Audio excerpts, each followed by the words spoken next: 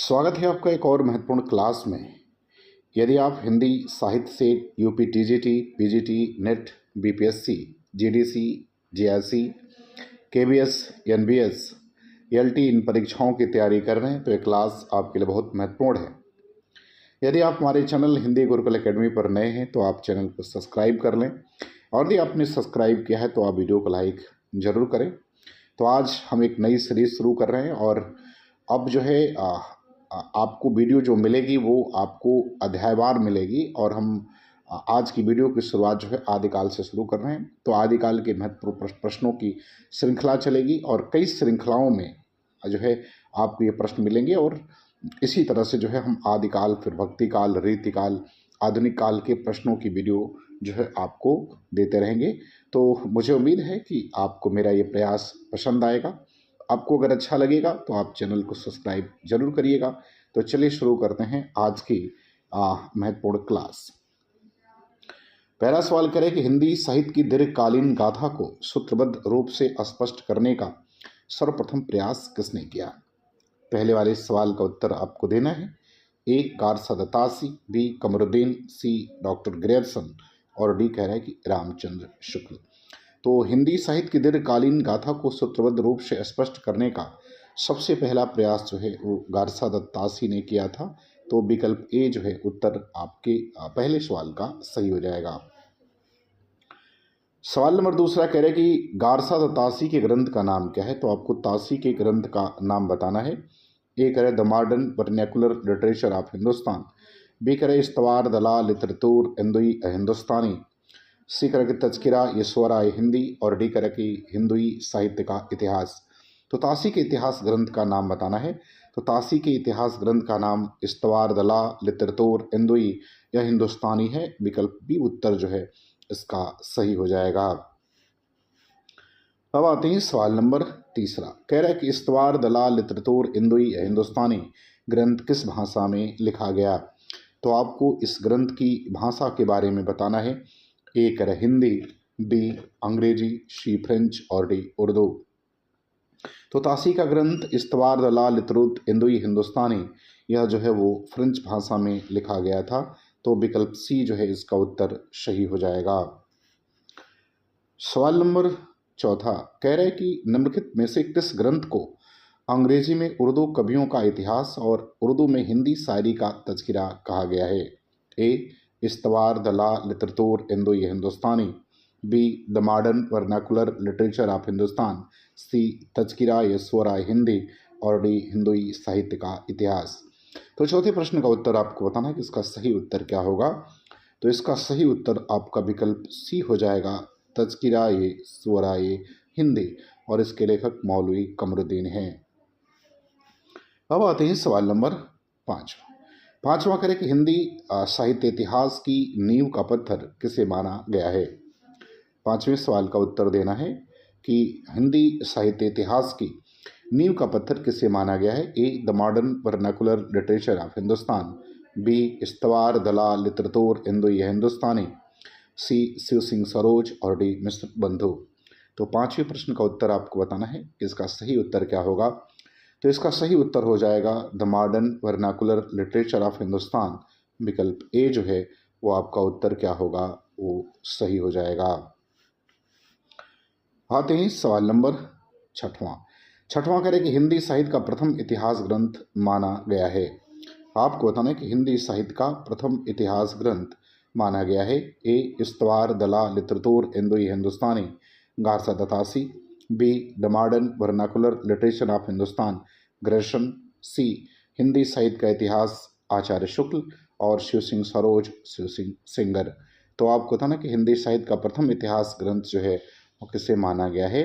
तो माना गया है आपका इस्तवार दला लिटरेचर हिंदुई या हिंदुस्तानी तासी के ग्रंथ को। तो विकल्प ए उत्तर जो है इसका सही हो जाएगा। अब देखते हैं सवाल नंबर 7। करें कि हिंदी कवियों का प्रथम वृत्त संग्रहकार कौन है। सातवें में बताना है कि हिंदी कवियों का प्रथम वृत्त संग्रहकार कौन है। ए गारसा दत्तासी, बी कमरुद्दीन, सी शिव सिंह सेंगर, और डी डॉक्टर ग्रेयरसन। तो सातवें प्रश्न का उत्तर आपको बताना है कि हिंदी कवियों का प्रथम वृत्त संग्रहकार कौन है। तो वो शिव सिंह सेंगर हैं। विकल्प सी उत्तर सही हो जाएगा। अब देखते हैं सवाल नंबर 8वां। कह रहा है कि हिंदी साहित्य इतिहास लेखन में सबसे पहले काल विभाजन, प्रवृत्ति निरूपण और मूल्यांकन किसने किया? ए गारसा दत्तासी, बी शिव सिंह सेंगर, सी रामचंद्र शुक्ल और डी डॉक्टर ग्रेयर्सन। तो 8वें प्रश्न का उत्तर आपको देना है कि हिंदी साहित्य इतिहास लेखन में सबसे पहले काल विभाजन, प्रवृत्ति निरूपण और मूल्यांकन किसने किया? तो किया था डॉक्टर ग्रेयर्सन ने। विकल्प डी उत्तर सही हो जाएगा। प्रश्न नंबर 9 देखते हैं।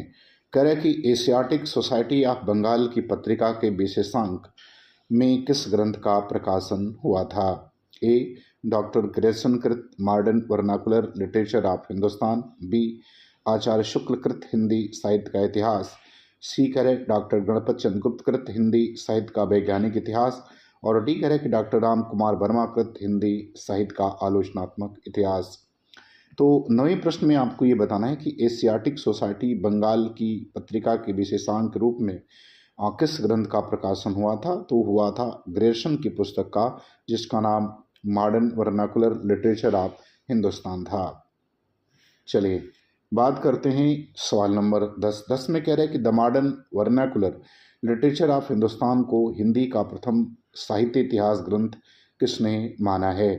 ए डॉक्टर गणपत चंद्र गुप्त, बी डॉक्टर किशोरी लाल गुप्त, सी आचार्य रामचंद्र शुक्ल और डी डॉक्टर लक्ष्मी सागर वार्ष्णेय। तो आपको 10वें प्रश्न का उत्तर देना है कि इसका सही उत्तर क्या होगा। तो modern vernacular literature of Hindustan को हिंदी का प्रथम इतिहास जो है इतिहास साहित्य इतिहास ग्रंथ जो है वो किशोरी लाल गुप्त ने माना है। तो विकल्प बी उत्तर जो है इसका सही हो जाएगा। अब आते हैं सवाल नंबर 11 में कह रहे हैं कि हिंदी साहित्य के इतिहास का प्रस्थान बिंदु किसे कहा गया है? आपको बताना है कि हिंदी साहित्य के इतिहास का प्रस्थान बिंदु किसे कहा गया है? A modern vernacular literature of Hindustan, B Mishra Bandhu, C Shiv Singh Saroj और डी हिंदी साहित्य का इतिहास आचार्य शुक्ल। तो 11 नंबर प्रश्न का उत्तर बताना है। तो हिंदी साहित्य के इतिहास का प्रस्थान बिंदु जो है वो शिव सिंह सरोज को माना गया है। तो विकल्प सी उत्तर जो है 11 का सही हो जाएगा। अब आते हैं सवाल नंबर 12 में कह रहे हैं कि डॉक्टर ग्रेयर्सन ने अपने साहित्य इतिहास ग्रंथ लेखन में सर्वाधिक सहायता किससे ली? ए इस्तवार दला लिटरेतुर इंदो हिंदुस्तानी से, बी मिश्र बंधु विनोद से, सी शिव सिंह सरोज से और डी तज़किरा या स्वरा या हिंदी से। तो आपको बताना है कि ग्रेयर्सन ने जब अपना इतिहास ग्रंथ लिखा तो सर्वाधिक सहायता किस ग्रंथ से ली थी? तो उन्होंने शिव सिंह सरोज से लिया था। विकल्प सी उत्तर जो है वो 12 नंबर सवाल का सही हो जाएगा। सवाल नंबर 13 में कह रहा है कि modern vernacular literature of northern Hindustan में वर्णित कवियों की संख्या है। ए 951, बी 1000, सी 692 और डी 750। तो आपको बताना है कि जो ग्रेयर्सन की पुस्तक है उसमें कुल कितने कवियों का जिक्र किया गया है? तो उसमें 951 कवियों का वर्णन किया गया है। तो विकल्प ए 13 नंबर सवाल का उत्तर सही हो जाएगा। सवाल नंबर 14 करें कि हिंदी के विधेयवादी साहित्य इतिहास के आदम प्रवर्तक शुक्ल जी नहीं अपितु ग्रेयर्सन हैं। यह कथन किसका है? ए गारसा दत्तासी, बी नलिन बिलोचन शर्मा, सी पंडित हजारी प्रसाद द्विवेदी और डी डॉक्टर नामवर सिंह। तो ये प्रश्न बहुत महत्वपूर्ण प्रश्न है कि हिंदी विधेयवादी साहित्य इतिहास के आदम प्रवर्तक शुक्ल जी नहीं बल्कि ग्रेयर्सन है। ये कथन किसने कहा है? तो ये नलिन बिलोचन शर्मा के द्वारा कहा गया कथन है। विकल्प बी जो है उत्तर इसका सही हो जाएगा। सवाल नंबर 15 में कह रहे कि the modern vernacular literature of Hindustan Hindi के अध्येताओं की दृष्टि का केंद्र बिंदु नहीं बन सका क्योंकि ए कह रहे वह शिव सिंह सरोज के आधार पर लिखा गया, बी कह रहे कुछ में साहित्य के विकास क्रम का सही निर्धारण नहीं है, सी कह रहे कुछ में व्याकरण संबंधी अशुद्धियाँ हैं और डी कह रहे कि वह अंग्रेजी भाषा में लिखा गया। तो आपको 15 नंबर सवाल का उत्तर देना है कि यह हिंदी के अध्येताओं की दृष्टि का केंद्र नहीं बना क्योंकि ये जो है अंग्रेजी भाषा में लिखा गया था, इसलिए इसका उत्तर विकल्प डी जो है वो सही हो जाएगा। अब बात करते हैं सवाल नंबर 16। करक मिश्र बंधुओं में कौन सा नाम शामिल नहीं है? तो आपको बताना है कि मिश्र बंधुओं में कौन सा नाम शामिल नहीं है। ए श्याम बिहारी, बी सुखदेव बिहारी, सी गणेश बिहारी और डी कृष्ण बिहारी। तो हम सभी जानते हैं कि मिश्र बंधु चार भाई थे। तो तीन भाई जो है वो मिश्र बंधु विनोद के लेखन में शामिल थे। कृष्ण बिहारी मिश्र उसमें शामिल नहीं थे। तो विकल्प डी जो है उत्तर सही होगा 16 नंबर सवाल का। बात करते हैं अब सवाल नंबर 17। करक साहित्य का इतिहास बदली हुई अभिरुचियों और संवेदनाओं का इतिहास है, जिसका सीधा संबंध आर्थिक और विकासात्मक चिंतन से है। यह कथन किसका है? A doctor Namvar Singh, B doctor Nagendra, C doctor Bachchan Singh और डी डॉक्टर राम कुमार वर्मा। तो आपको बताना है कि कथन जो है किसके द्वारा कहा गया है। तो ये कथन डॉक्टर नगेंद्र का है। विकल्प बी जो है उत्तर इसका सही हो जाएगा। बात करते हैं सवाल नंबर 18। 18 में करें कि पादरी F.E. केई द्वारा लिखा गया हिंदी साहित्य इतिहास किस नाम से प्रकाशित हुआ था? तो आपको इनकी रचना का नाम बताना है, इनके इतिहास ग्रंथ का नाम बताना है। ए कह रहा है कि इस्तवार, दलाल, लिटरेचर हिंदुई हिंदुस्तानी, बी कह रहा है कि modern vernacular literature of Hindustan, C कह रहा है कि A history of Hindi literature और डी कह रहा है कि A sketch of Hindi literature. तो इनकी पुस्तक का नाम बताना है। तो इनकी पुस्तक का नाम ए हिस्ट्री ऑफ हिंदी लिटरेचर है। विकल्प सी जो है उत्तर आपका क्या होगा? सही हो जाएगा। देखते हैं सवाल नंबर 19। 19 में कह रहे हैं कि वियोगी हरि को ब्रज माधुरी सार के संपादन की प्रेरणा किससे मिले?